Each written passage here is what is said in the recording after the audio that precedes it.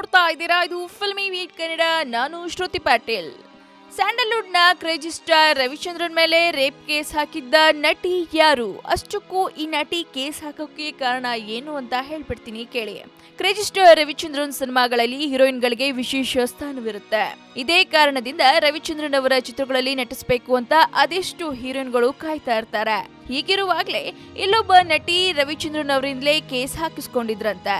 ರವಿಚಂದ್ರನ್ ಒಮ್ಮೆ ತಮ್ಮ ಜೊತೆ ನಟಿಸಿದ್ದ ನಟಿಯ ಮೇಲೆ ₹1 ಡೆಫಮೇಷನ್ ಕೇಸ್ ಹಾಕಿದ್ರಂತೆ. ಈ ವಿಷಯವನ್ನ ಇತ್ತೀಚೆಗೆ ಸ್ವತಃ ರವಿ ಮಾಮ ಅವರೇ ಸೂಪರ್ ಟಾಕ್ ಟೈಮ್ ರಿಯಾಲಿಟಿ ಶೋನಲ್ಲಿ ಹೇಳ್ಕೊಂಡಿದ್ದಾರೆ. ಹಳ್ಳಿ ಮೇಷ್ಟ್ರು ಸಿನಿಮಾದಲ್ಲಿ ರವಿಚಂದ್ರನ್ ಜೊತೆ ನಟಿಸಿದ್ದ ನಟಿ ಬಿಂದ್ಯಾ ಮೇಲೆ ರವಿಚಂದ್ರನ್ ಕೇಸ್ ಹಾಕಿದ್ರಂತೆ. ನಟಿ ಬಿಂದ್ಯಾ ಸಂದರ್ಶನವೊಂದರಲ್ಲಿ ರವಿಚಂದ್ರನ್ ಮೇಲೆ ಸುಳ್ಳು ಆರೋಪ ಮಾಡಿದ್ರಂತೆ. ಶೂಟಿಂಗ್ ವೇಳೆ ರಾತ್ರಿ ರವಿಚಂದ್ರನ್ ನನ್ನ ಮೇಲೆ ರೇಪ್ ಮಾಡುವುದಕ್ಕೆ ಪ್ರಯತ್ನ ಪಟ್ರು ಅಂತ ಬಿಂದ್ಯಾ ಬಾಯ್ಗೆ ಬಂದ ಹಾಗೆ ಮಾತನಾಡಿದ್ರಂತೆ. ಆ ಸುದ್ದಿ ಕೇಳಿ ಶಾಕ್ ಆದ ರವಿಚಂದ್ರನ್ ಎಲ್ಲರಿಗೂ ಸತ್ಯ ತಿಳಿಸುವುದಕ್ಕೆ ಬಿಂದ್ಯಾ ಅವರ ವಿರುದ್ಧ ಕೇಸ್ ಹಾಕಿ ಅವರನ್ನ ಕೋರ್ಟ್ಗೆ ಎಳೆದಿದ್ರಂತೆ. ಕೋರ್ಟ್ನಲ್ಲಿ ತನ್ನ ತಪ್ಪನ್ನು ಒಪ್ಕೊಂಡ ಬಿಂದ್ಯಾ, ನಾನು ಹೇಳಿದ್ದು ಎಲ್ಲ ಸುಳ್ಳು ಅಂತ ರವಿಚಂದ್ರನ್ ಅವರಿಗೆ ಕ್ಷಮೆ ಕೇಳಿದ್ರಂತೆ. ಬೇಕಾಬಿಟ್ಟಿ ಹೇಳಿಕೆ ನೀಡಿದ್ದ ಬಿಂದ್ಯಾಗೆ ಸರಿಯಾಗಿ ಬುದ್ಧಿ ಕಲಿಸಬೇಕು ಅಂತ ರವಿಚಂದ್ರನ್ ಅವರು ಕೇವಲ ₹1 ಡೆಫಮೇಷನ್ ಕೇಸ್ ಹಾಕಿದ್ರಂತೆ.